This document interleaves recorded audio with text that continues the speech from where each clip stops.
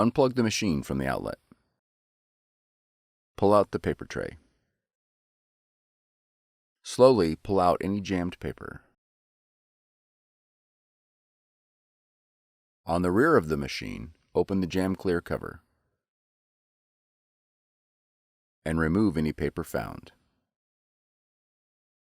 Close the jam clear cover. Push the paper tray completely into the machine.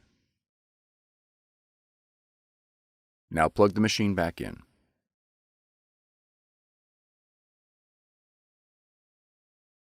If the LED is still blinking, press the stop button.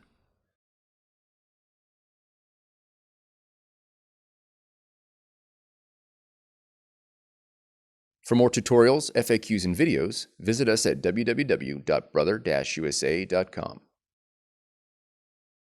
If you found this video helpful, be sure to subscribe.